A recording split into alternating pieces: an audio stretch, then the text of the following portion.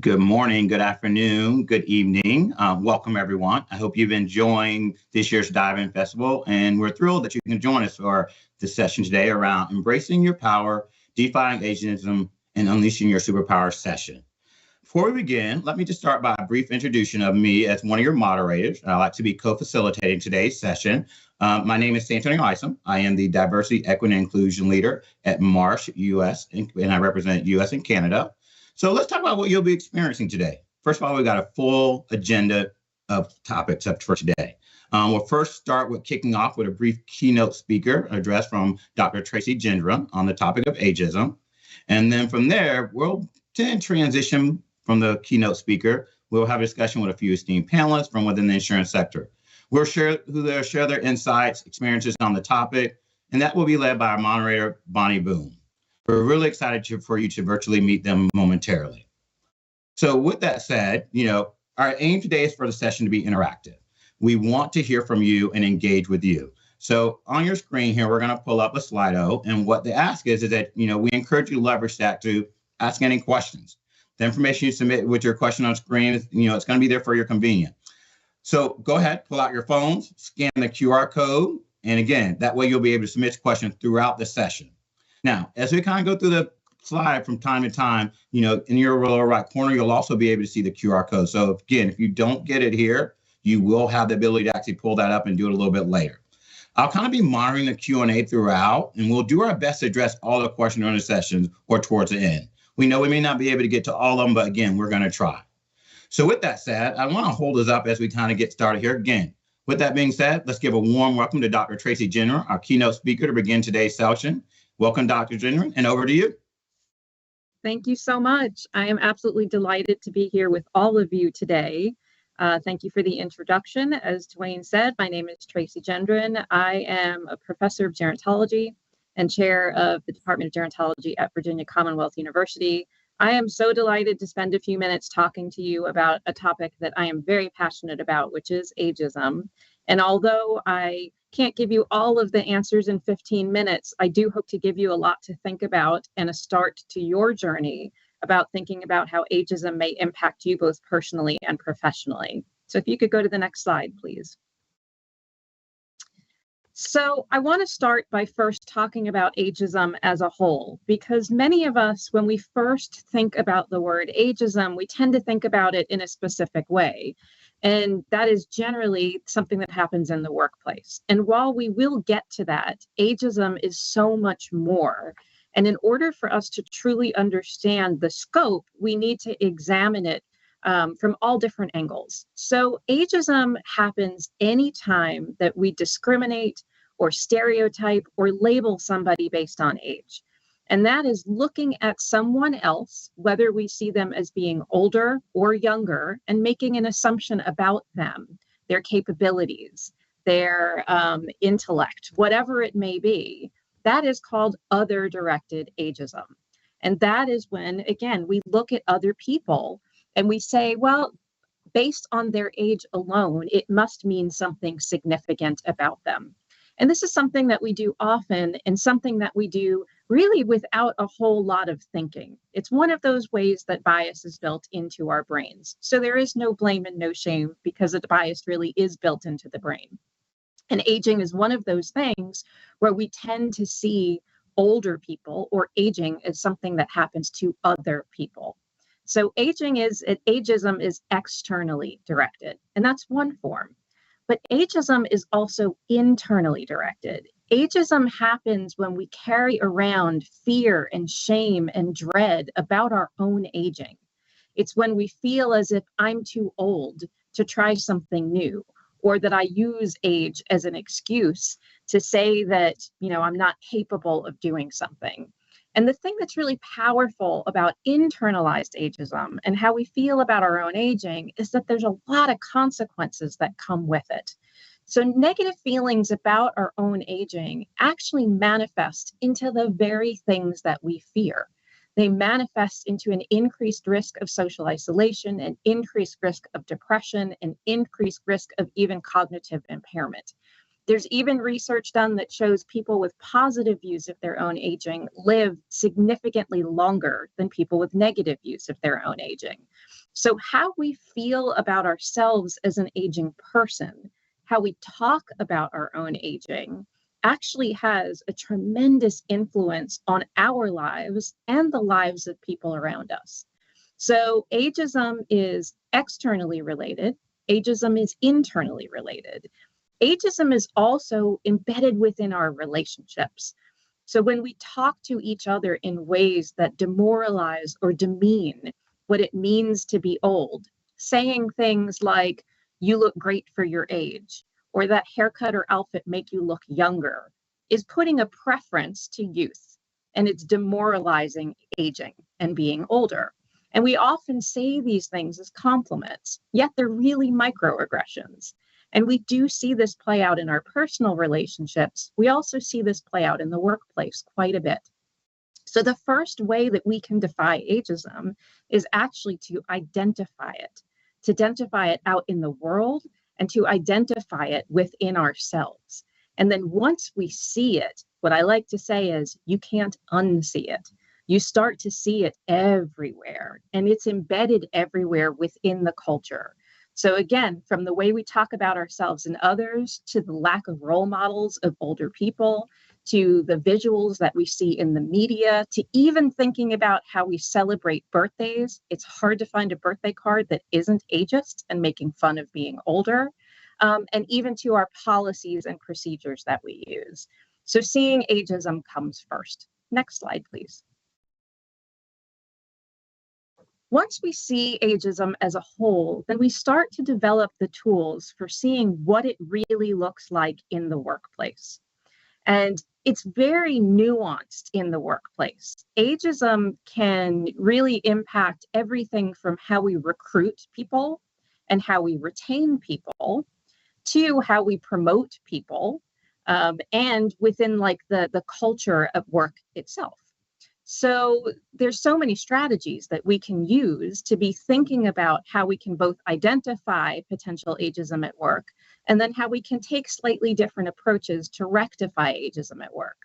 So the first thing to think about is when you're recruiting new people, when you're hiring new people, what kind of language are you using? What kind of images and visuals are you using when you're recruiting people? Do you represent diversity within your workplace, within your industry, as it relates to age? Are you showing that there are both people that are younger and older who are welcome at work? Within the culture itself, it's really interesting to think about who's being included in meetings, who is being looked and passed over for promotions, who is being left out of kind of social engagements. If you start to see people segregating based on age, you're actually losing a lot of potential for innovation and a lot of potential for kind of cross experiences that people can learn from each other. So kind of taking a look at ageism at work and thinking about how these things play out can be really helpful. Thinking about if you have any purposeful kind of engagement at work and opportunities for people to learn from each other based on age. And what's so imperative about this is that the demographics are changing. And this is something that we hear a lot, but really they're changing quite dramatically. So by 2030, there's going to be more people over the age of 65 than there are going to be people that are under 18.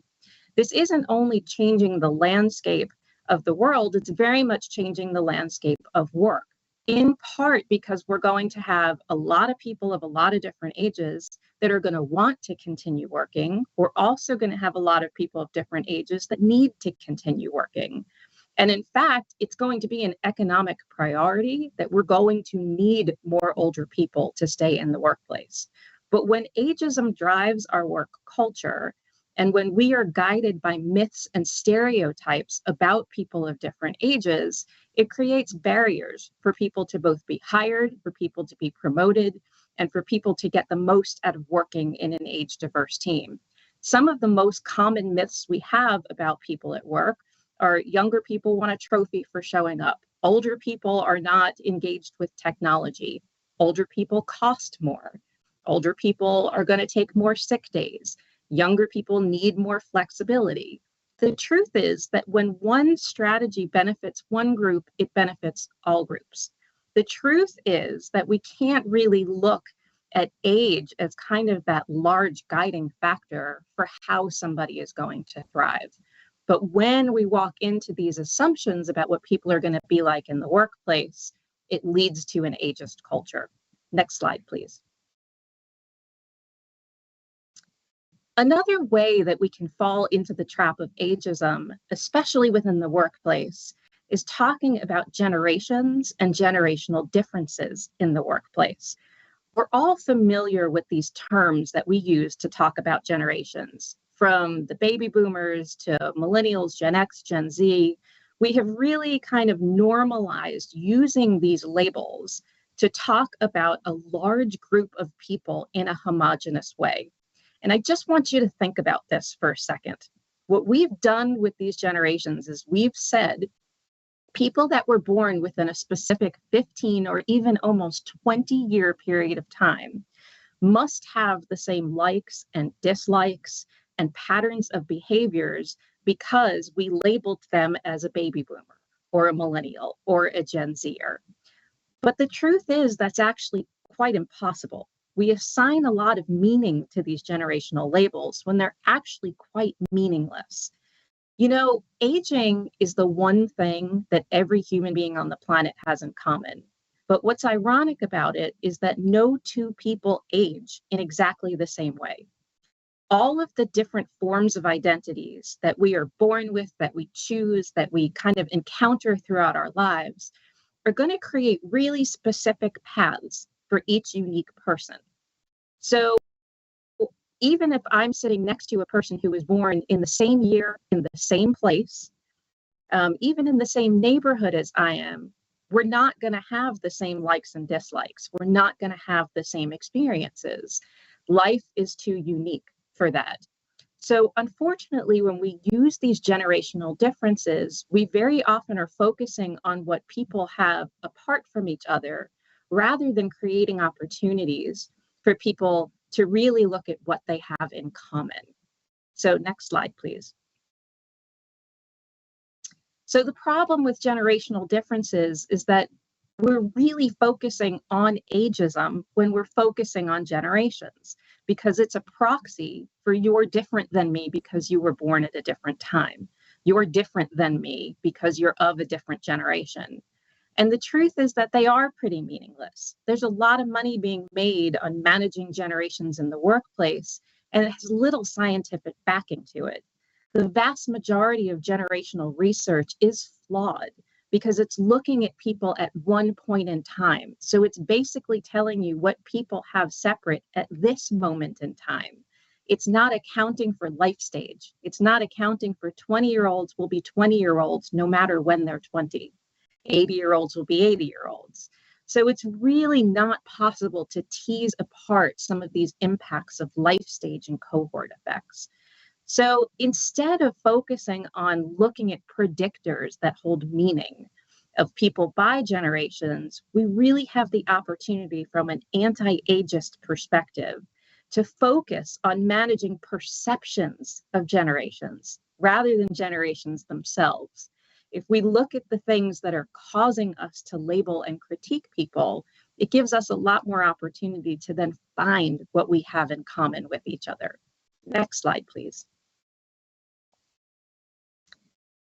What's so important about ageism in the workplace, and I hope sets the stage for some of the panel conversations and a little bit of your thinking about this after you leave the Dive-In Festival today, is that ageism impacts both our mental health and our job performance. And that's in a very personal kind of way, but it's also in an institutional way. So when we experience ageism, which is somebody who is making an assumption or a judgment about us or leaving us out or feeling as if our input doesn't count, that's going to lower our self-esteem and our self-worth. When that happens, it creates this circular process of if I don't have self-esteem and self-worth and I feel like I'm not valued, I'm not going to give as much to my job. I'm not going to expect as much of myself. So that's going to impact my productivity. That's going to impact my contributions. So that's one impact of ageism that can really take the shape of negative mental health outcomes in the workplace. From a corporate perspective, ageism and people that hold higher levels of aging anxiety actually are not as happy in their jobs. And this is especially true if we're working in a field that's working on behalf of older adults or with older adults. So if we're not as happy in our job, that also means we're not as likely to stay in our job.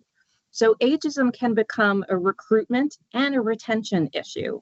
We can have a loss of talent, and we can have the costs associated with increased turnover, right? We want to hire and we want to recruit talented people, and then we want to invest in them and we want them to stay.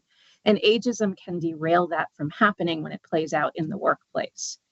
When people don't have the motivation and they don't have productivity and they're not investing in their workplace, that also is detrimental for both the individual and for the corporation itself. So we know that there's a lot of different ways that ageism can play out in terms of the impact on our mental health, but also the impact on our job performance, and then what happens as a result. And we know that that can also lead to legal liabilities if we're not focusing on age as an aspect of inclusion and an aspect of advocacy. Now, even though a lot of folks know this, a very small percentage of people actually address age in their DEI JB initiatives. It tends to be one that's kind of left on the side rather than starting to think about how do we very purposefully and carefully talk about age and aging and the culture around aging to promote more anti-ageism work. Next slide, please. So I want to share some thoughts about the way forward. I want to share some thoughts about just some ways you can think about this differently and some things that you can do. First of all, from a personal perspective, I encourage you all to remember that we are all aging and to think of yourself as someone that is aging. Aging is not about older people. Aging is about all people. Once we realize that aging is a universal thing that connects us all, it immediately starts to break down some of those barriers. It immediately starts to shift us from this is about other people to this is about all of us. So I want you to give that some thought. Think about how you talk about growing older from your own perspective. Is it something that you talk about as growing, as looking forward to? Or is it something that's just happening to you? So take a moment to reflect on your own vision of aging and the way that you think about it and talk about it. And then in terms of your workplace, remember that flexibility is essential for all people, that a lot of the things that we think about as either needed for older workers or needed for younger workers are actually of the benefit of all people in the corporation. All people want flexibility. All people want to thrive. So we can really think of this as more universal. To get down into the weeds, we can think about developing relationships with a diverse group of people. We can see who's being invited, and if we're noticing some patterns that either older or younger people are being left out, we can invite them to participate in conversations. We can do a little bit of an examination of our culture. Right? We can even think about how are we celebrating birthdays and anniversaries? Are we using over the hill balloons? Right? Are we looking at it and making fun of people? Or are we actually celebrating growing and becoming older? We can intentionally develop age diverse teams where we are very purposely putting people of different ages together in work groups to help them learn from each other. And to that end, we can implement reciprocal mentoring programs. I don't like the concept of reverse mentoring because I think all mentoring relationships are reciprocal. Older people learn from younger people, and younger people have the ability to learn from older people. If we put people together and we focus on the things they have in common and the things that they can share and the things that they can teach each other, we are creating an environment that is built on kind of pro-aging, where we're giving people the opportunity to role model what it means to age for each other. So those are some of the things that I hope that you take away from today. I believe that was my last slide. And if I have a moment or two for a question, I'm happy to answer any.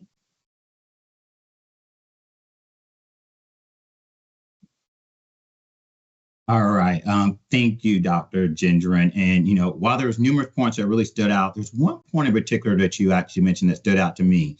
And that was ageism is not about older people, but about all people. And so that really kind of lets us know that we're all in this together. And that was really great. Really quickly before we kind of transition to panel, there is one question for you, Dr. Gendron. So as you talked about several things, and one thing in particular is around what organizations do. So how can organizations ensure that age diversity is reflected in their recruitment and hiring practices? And what benefits can this bring to an overall success of the company? Yeah, I think I touched on some of that a little bit, but really getting into the weeds, I think it's important for us to think about the language we use, the visuals that we use when we are recruiting. Are we using any kind of code words for ageism, like recent graduate or somebody with fresh ideas? Older people can have fresh ideas as well. Are we using any code words for young? Really start to think about the value that an age diverse team brings to the workplace, and specifically the value that older people bring to the workplace. So think about your recruitment materials, think about how you're screening applicants, think about the kind of words that you're using. And then the benefit of that is, as I said, there's a ton of research that shows that when you have diversity in the workplace, people thrive. And that's age diversity as well. So it actually leads to more productivity and it leads to more innovation. So there's a ton of reasons why we should do it. It's just really a matter of being intentional about it. Well, thank you, Dr. Gendron. I heard some code words here. I like to say, I heard code words, value, screening, using the right wording. Again, all companies look at the value when they think about clients and what they can actually do. So, but with that said, I want to thank you, Dr. Gendron, for joining us today. She will remain on for another 15 or 20 minutes. So if you didn't get any additional questions that you want to kind of share with her, again, leverage your QR code via Slido, and you can actually submit that. So thank you, Dr. Gendron. And with that, let's now move to our panel discussion. So with our moderator, Bonnie, and we've got 3 panelists. We'll give them an opportunity to kind of talk about themselves, but we're going to dive right in, turn over to them. So Bonnie and panelists, welcome. Santonio, thank you very much. And Dr. Gendron, thank you. I listened to another one of your presentations in preparation for this, and you said something that I thought was excellent. I've never liked the word retirement, and you said that it has a negative connotation. I don't use the word retirement. I also don't use the word older. I use the word silver fox or seasoned, but I don't make anything negative about being a baby boomer. But I did like your comment, if you want to share with the rest of the audience about retirement. I would be happy to. Retirement is a life stage. Retirement is a social institution, not a life stage. So retirement does not define us. Right? Retirement tells us who we used to be, but it does not tell us who somebody is or who they are becoming. So thank you for that. Thank you for bringing that up.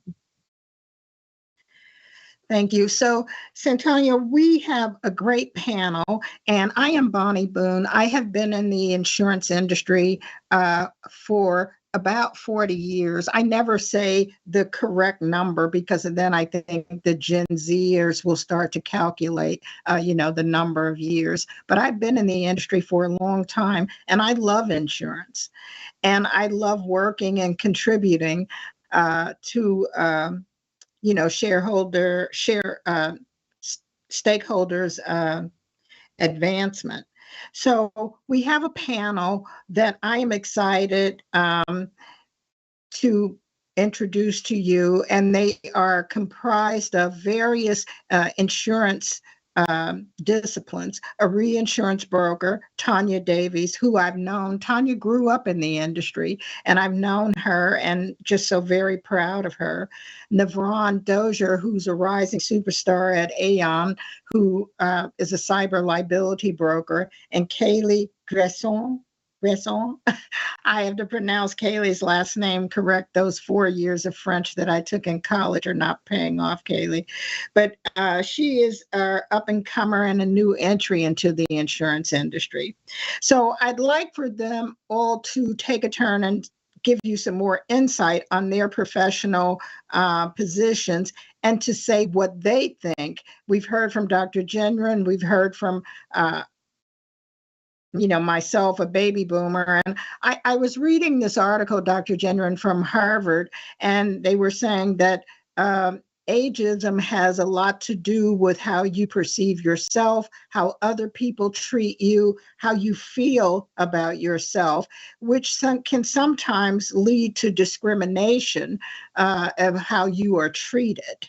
So I'd like for the panel to say what they think ageism means to them. And so, Tonya, we'll let you go first. Thank you, Bonnie. And again, thank you to Dive In for giving us this platform to discuss this important topic. So I'm Tonya Davies, and as Chief Operating Officer at PRMS, I lead and collaborate with a multi-generational team of more than 30 people of various disciplines, and we provide medical malpractice insurance to psychiatrists. Now, before I give my opinions here, I have to give the obligatory disclaimer that the views and opinions expressed today are my personal opinions and do not necessarily reflect the official policies or positions of PRMS and our affiliates. So, I grew up in reinsurance. I've actually moved over to the primary side. And, a lot of what Dr. Gendron said is exactly the way I think of ageism. It's conscious and unconscious biases that lead to discriminatory actions against others based off of their age, whether it's based off of you being younger or being older. I have seen it surface within teams, within work groups, within hiring and promotion practices. And quite honestly, it even can determine and influence who is sponsored and who is not sponsored at a company and within an organization. And I believe that these behaviors, when we as people and as organizations, when we lean into these stereotypes, it's missed opportunities for organizations to hire, to develop, to promote, as well as to retain good, productive talent. A lot of what Dr. Gendron said it did resonate with me. And the one thing that I would add on to that with regards to how it affects employees is it can cause the dynamics on a team to be disrupted because the person that feels they are not getting opportunities, they can actually start to resent the manager, the organization, and even the employees that they feel are getting the opportunities, even though they've done nothing but been born at a later date. So, I do think that it has a way to disrupt all of the dynamics that we have within our working teams.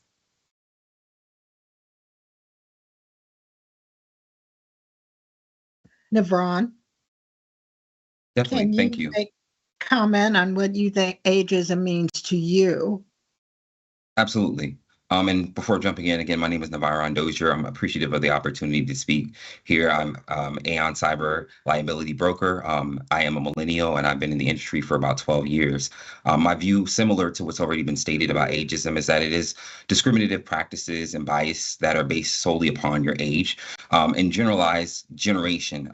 Similar to what Dr. Gendron said earlier, a lot of the notions of ageism start outside of the workplace. They just somewhat also follow them there as well. There's a lot of things out into the social geist around how younger folks may view baby boomers and the opposition opposed to that. Those things tend to mirror in the workplaces, and they create unnecessary divisions because, as stated, we have something we can all learn from one another by creating opportunities through these intergenerational teams and organizations that we have and that we'll continue to have as we continue to advance as a culture. It's imperative that we learn from those that have done so that we can make and forge better or increase the past, learning from the skills that you may have that others may not have, and not necessarily associating that with your age. As a millennial, I've been put into many boxes associated with my ability to use technology and or my lack of experience and or desire to be overly ambitious. These things are not specific to individuals. They're specific to, these things are not specific to particular generations. They're specific to individuals. I think it's also important as we speak around ageism is to also think through how intersectionality impacts all of these factors as well. It's very differently viewed as a white male millennial than I am a Black male millennial in the industry. Those things directly impact the viewpoints of others or the perceived notions of others that we all have to be aware of in order to ensure that we're creating an inclusive work environment, and just in generally that we're advancing things forward in ways that we're not missing opportunities to work more collaboratively versus creating division amongst each other. Okay, Kayli, you're the newbie of the group, but I think, what I'm going to say is I think you have a lot to contribute because you can stand back and you can look at us and without any bias, because you are just entering the insurance industry. So you don't have to, I'll get young people coming up to me and they'll say, oh, Bonnie, did you get that QR code that I sent you on your phone? And I said, well, I think so. And then they'll take my phone away from me and proceed to, as if I couldn't do it. So, Kayli, would you like to make comments about ageism since you've just entered the insurance industry? Absolutely. Thank you for the introduction, Bonnie. I want to thank the Diamond panel and also the audience for tuning in. My name's Kayli Grise. I'm an underwriter trainee. Been in the industry for less than a year, and I'm not going to comment on the number of months, but definitely new to the insurance industry, and I'm super excited to be here. Ageism to me is not just discrimination, stereotyping, holding prejudice against an age, but also individuals. Age is salient. You can look at somebody and you can guess, and you may not be correct, but it's difficult when something is so salient, and it's hard to ignore. But I think ageism is those unconscious biases, and like Dr. Gendron said, it's those words that we use that we don't always have those underlying meanings attached to them, but they do have those underlying meanings, and it's not something that we're trying to do, but it's something that we need to consciously make an effort to not use. And being newer to the industry, I think I have a privilege of asking those maybe sillier questions that people later on in their career may not feel like they have the opportunity to ask.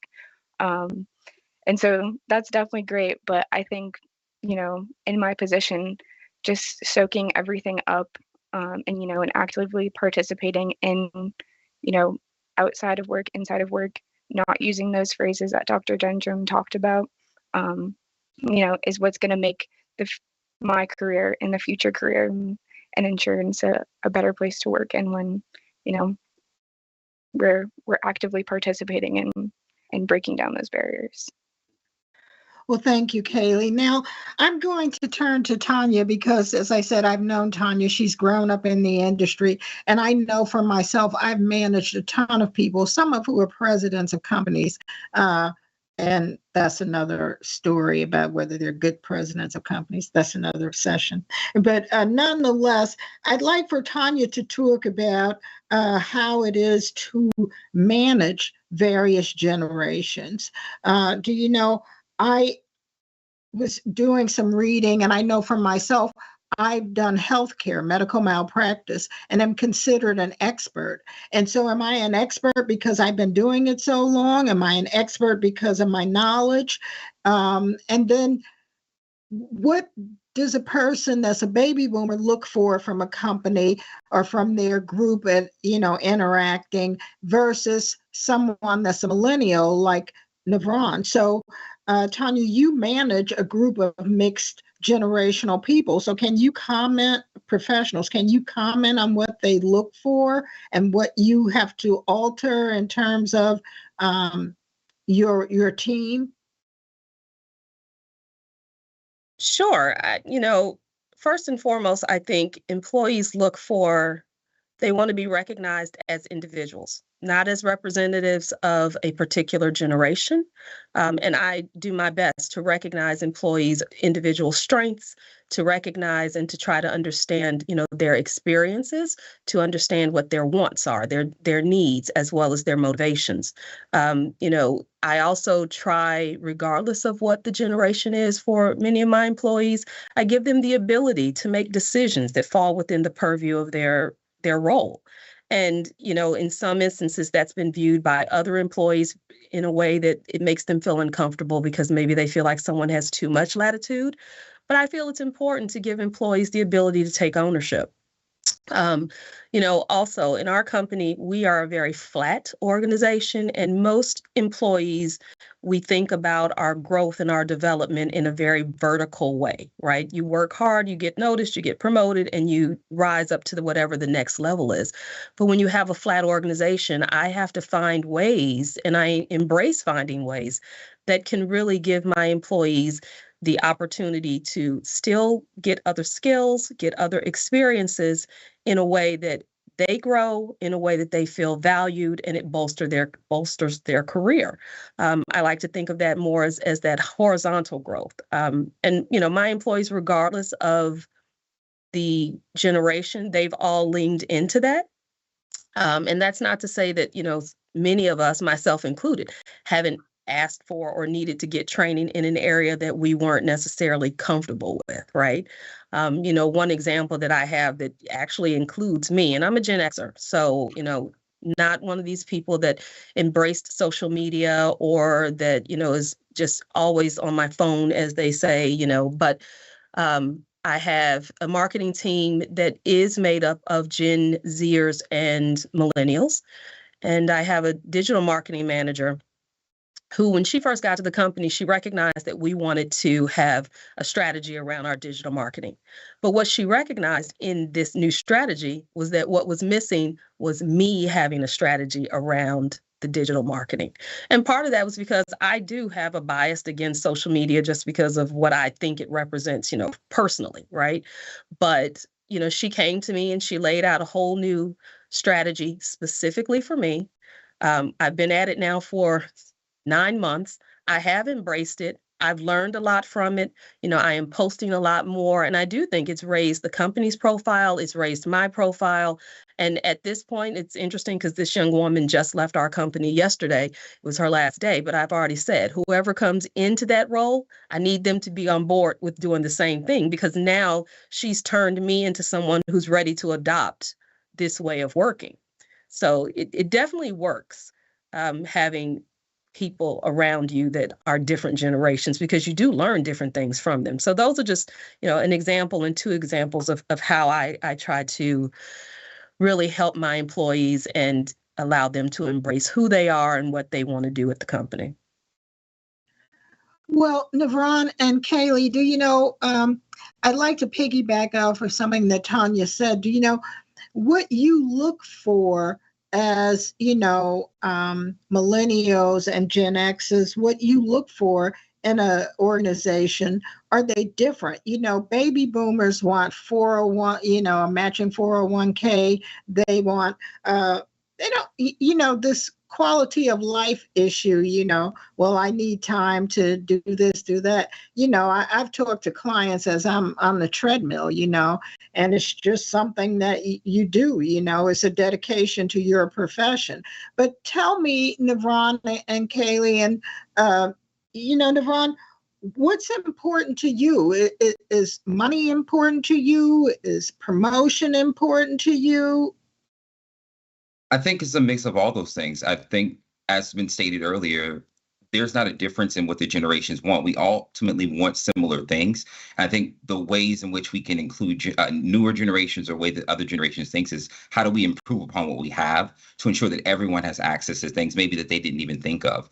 One of the things that's been helpful for me as I've grown is to be given autonomy, as Tonya spoke to, in the roles that you're in. It allows you to get the experience that often, in some instances that I've been in, that I've been told to just wait.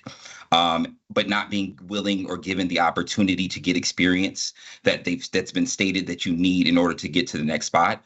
That can make you feel frustrated in a spot, especially if you feel that the only reason you're waiting is because of your age or the perceived notion of your inexperience. Additionally, I think the opportunity in knowing that there is a path forward is very important. And I think that's for anyone who's at maybe a middle stage or earlier portions of their career of identifying where and how do I grow? And if you feel that there is no pathway there or opportunities, that then creates maybe perceived notions on why others may have or receive certain things. If it is perceived that you see a particular pattern of that there aren't any people that maybe look like you or of your age that are in those particular roles, that there is some type of bias that has been created. But ultimately, I think we have to look at individuals as individuals and not by their age groups, because then we miss opportunities to learn from what maybe a younger person may think to add to something that an older person may have not thought of, that can add a collective benefit to the organization and just improve the overall work-life balance. I believe that everyone's looking for a strong work-life balance. One thing that I've learned a lot from working with Gen Zers is the importance of that. There were a lot of things that were instilled in me that did not create a very, I'd say, balanced work life. But through a lot of the practices of younger folks, and I would say I would say the older folks that I work with as well, they teach me things through life lessons that if I did not have the curiosity to look into, that I may miss opportunities to grow and to teach and educate others. So I think those things are all vastly important to each of us. So the more seasoned person that you work with, Navarone, Yes. not the older person, I always instill when I have younger people that are on my team, sometimes they, I have to remind them, I'm not your parent. I am, a colleague, So that sometimes as a baby boomer, that's a distinction that you have to make when you have younger people. They sometimes lean and that can be okay to an extent, but we all have to have accountability for our professional standing. So, Kayli, let me ask you that. Do you know when I was younger, starting out, I worked for a firm, and my first trip to London, to Lloyd's of London, they said, "Okay, you listen, you don't talk," and I was okay with that because I said, "Okay, well." I'll learn what to say. It's a kind of different underwriting process. But then when I would encounter some gentleman that would say, "Okay, Bonnie, you just take the notes," I was like, "Well, wait a minute, I'm not taking no notes." So, Kayli, have you been presented with those types of unconscious or conscious biases, I will say? Hey, Bonnie, really quickly, Kayli, we promise we're going to let you go. There's a couple questions that have come in that kind of align to what Tonya was talking about and what Navarone was actually talking about. So I want to kind of throw those out. And then, again, that's a great question, Bonnie. So we definitely want to come to it because I'm intrigued to hear that response. But the first question was, what are some ways to bridge the gap between generations to help manage a team? And I throw that at you, Tonya, but that kind of came up when you were kind of speaking. So do you want to take that or someone else? Yeah, sure. Thank you, Santonio. I mean, there are ways to bridge the gap. I think first of all, as managers, it starts with us. We have to embrace all generations, all diversity. And secondly, by you embracing that, you start to interact with employees very differently. Highlighting examples where the strength of having multiple generations complementing one another. That can help to bridge the gap. I think it's very important to mix it up some. Oftentimes here at PRMS, because we have so many different people, when we go on, team events, inevitably we always assign teams. We never just let the employees decide what teams they want to go with, because you will get with people that you're accustomed to working with. You'll go with people that are more along your age, that you feel like you have more in common with. So instead, we mix it up so that you are literally there with people that you don't normally get a chance to collaborate with. Because I think the more that you deal with people, the more that you talk to people, the better you understand them, and you start to look at them as, exactly as Navarone and I have said, as an individual, because that's the way everyone wants to be recognized, as an individual. The other thing too, and this list could go on and on, San Antonio. This is a really good question, but I think as managers, we need to focus on the common goal for the team because we're all working toward a shared vision. And when we focus on that, it kind of takes away from our differences because we're all focusing on one thing that is, something that we're all really trying to get a goal accomplished. And then the last thing I'll say, just to let other people chime in here, is I would say help suspend the judgment. We're all different, but it's not because of our generations that we're different. We're different because we all have different backgrounds, different experiences, different cultures, and all of that makes up for who we are and how we think. But suspending judgment when someone thinks differently, when they want to do something differently, is a good way to help bridge that gap. Instead, think of it as how can we frame it differently to help the team? All right, so thank you. Tonya, oh, go ahead. Listening to those, millennials, Gen Zers, and taking what they say, to heart, not just, passing it off as if they don't know anything, they're young, but actually listening. But Kayli, do you want to comment going back, and looking at that and listening the question that we had asked, like, have you had some unconscious biases and stereotypes about your youth and your short journey in insurance? Yeah, I mean, like I said earlier, fortunately, I've been on a team that's been very accepting, who's been very engaging and allowed me to, voice those silly questions, be a part of the solution, whether, that means just watching them and taking notes, but also engaging in a dialogue. And I think that's one of the most important pieces is, engaging in that dialogue. Right now, we're having a conversation across generations about ageism. And that's the first thing is just talking about it. Tonya, you said that you don't allow, everyone to choose who they're working with sometimes, and you have to force those things. I think that's great. I think it's great to be uncomfortable. And I urge everybody to find those commonalities when you're working with somebody new, because whether somebody's 50, whether they're in some, they're a baby boomer, whether they're a Gen Z, we all have commonalities. We all have shared experiences. And, just yesterday, I went out to a broker dinner and somebody was saying, oh, before your time, the show Cheers, it was great. And I was like, I've seen Cheers. I've seen it, and we can talk about that. And, when you have a conversation with somebody and you find those commonalities, you make it a lot easier to have a future conversation. And it is no longer about age. It's about, the conversation you're having and the solution that you're working towards. Well, thank you.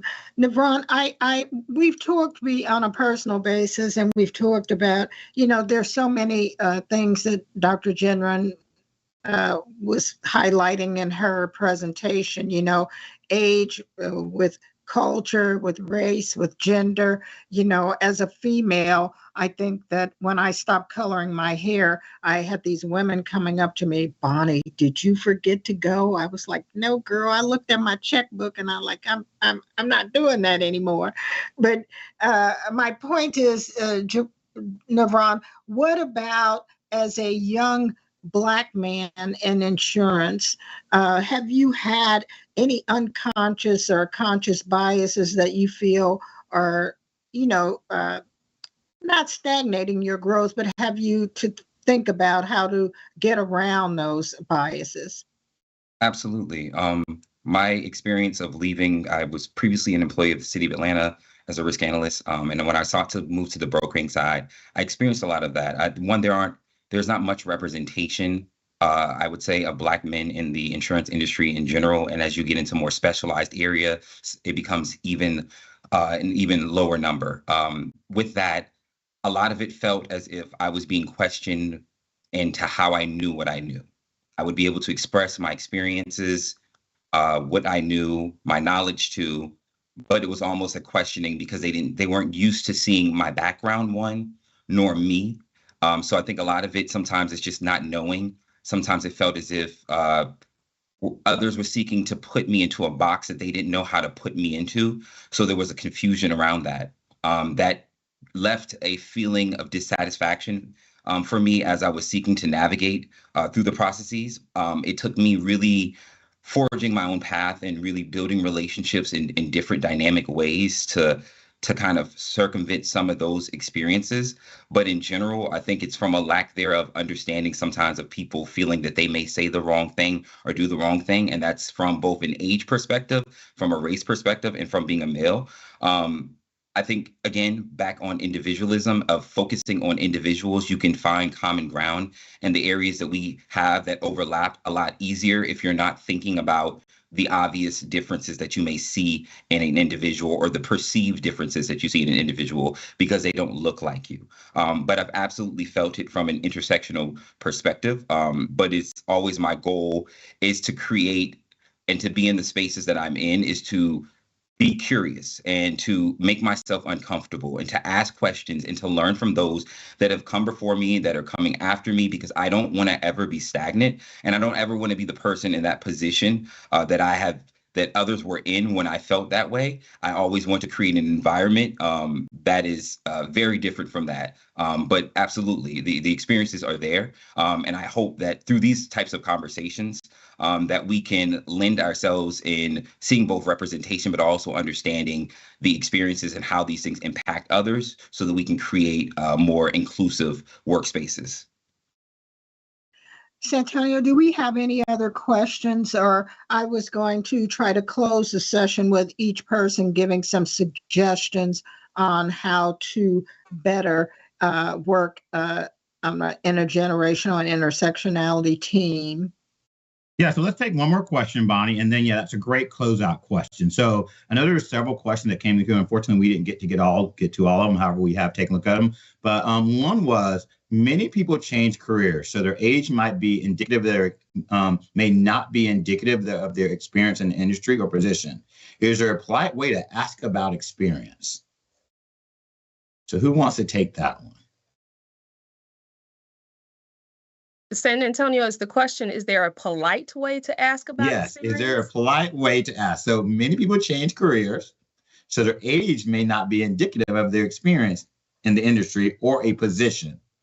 Is there a way to politely ask about that experience or ask about their experience? Well, I mean, I think that there is a polite way to do it, that you can just ask someone to tell me about your, how you've come to this point in your career. Like, what brought you to insurance? And you will start to get an idea of what they've done in the past, right? And you can ask some follow-up questions around there. I find that open-ended questions are the better questions to ask versus definitive questions, yes or no, or questions around how long were you, or things like that really will start to give you the ability to quantify the experience. I really think it's, open-ended questions like, tell me your journey, what brought you here? Thank you, Tonya. So, Bonnie, let's kind of like I said, go ahead and have everyone kind of share what you're going to do, and then I'll kind of close out with a couple of closing remarks. So if you can repeat the question, because honestly, I forgot. Oh, no, you can forget. So I would just like each of you to just give one thing that you think that we could do as an industry that would help us all work. As I said, I believe in working on teams that are comprised on an intersectionality basis, on an intergenerational basis. I get a kick out of working with all generations. And so I think that is important and something that companies should do. But what about you, Kayli? Do you have a suggestion? In that session that I listened to earlier in Singapore, they actually, which I don't advise, but they actually gave a corporate policy that their corporation does to eliminate ageism. So I think that was very brave. But if you'd like to give your personal input, that would be great. I think, really quickly, open door policies. Open lines of dialogue. If the door is open, you can go in and there's no silly questions. But I think also, to the point I made earlier, get uncomfortable. start having conversations with people, and not because, you think their age would be advantageous to you, but because they're individuals and they're human beings, and we can all learn a lot from each other. So I think just keep talking and keep talking to everyone in the office, regardless of what age you think they are, where they came from or why they're there. Just keep talking. Thanks, Kayli. And I hope that I know the company you work for, and I know they will be receptive to listening. Tonya? Yeah, I think, first of all, as managers, it's for us to embrace all diversity. And I think, there are a few things here that have been at play in the industry. At one time, we weren't recruiting enough of the new and younger talent. And then all of a sudden we overcorrected and we decided we're going to start recruiting. And now you have to train and you have to develop all of these employees. And, we've overcorrected to a point where we have started to alienate or set aside the seasoned employees. And I think the way for us to correct that is for organizations to find balance. They need to find balance in bringing along the new talent and the younger generations, as well as allowing the seasoned veterans and those employees that have produced for you for years and created value to give their insights. That will help build a bridge. It'll help everyone see each other as an individual. And I think that we can get a little bit closer to getting away from generations and more toward diversity of thought within multiple generational teams. Navarone? Yes, I'll be brief. I agree with everything that's been said. I would just add to that, remain curious. Curiosity allows you to learn more and to never become or remain stagnant. Also, listen to learn, not just to respond. It's imperative that we have these conversations, but not in a way to create a defense mechanism, but in a way to learn and understand the unique capabilities that make us individuals, that allow us for us to not generalize things about individuals based upon particular things. So just steadfast in that, and keep listening and keep having these types of conversations. Navarone, thank you. And I was thinking about something that Dr. Gendron said, that, our experiences make us all different people, no matter what age, and contributing based on those experiences should, lead to what we're all looking for, a better life, culturally, to be appreciated and to operate with integrity. That's my big word. All of you that know me know that I'm all about integrity, and I try to be respectful. So, Santonio, I think we're done, and I want to say I've enjoyed being a member of this team. Yeah, it's been a great discussion. So thank you, Bonnie and team. So, as we kind of wrap up here, just really kind of want to recap a few things. So our topic, embrace your power, defying ageism, and unleashing your superpower. I mean, really, what a great discussion. We heard from Dr. Gendron. We heard from our esteemed panelists, Bonnie, Kayli, Navarone, and Tonya. And they brought on a couple key points I just kind of want to recap here. All right. So there's a lot of things that were actually said. And you heard mention the one earlier. Ageism is not older people, but all people, right? People of all ages and generations, they want to feel seen, heard, and valued. Age diverse teams have been found to be more productive. So, those things kind of stick out, right? So we can't use age to determine how someone will thrive in the workplace. Sometimes we actually look and say, younger they'll do this, older they're going to do that.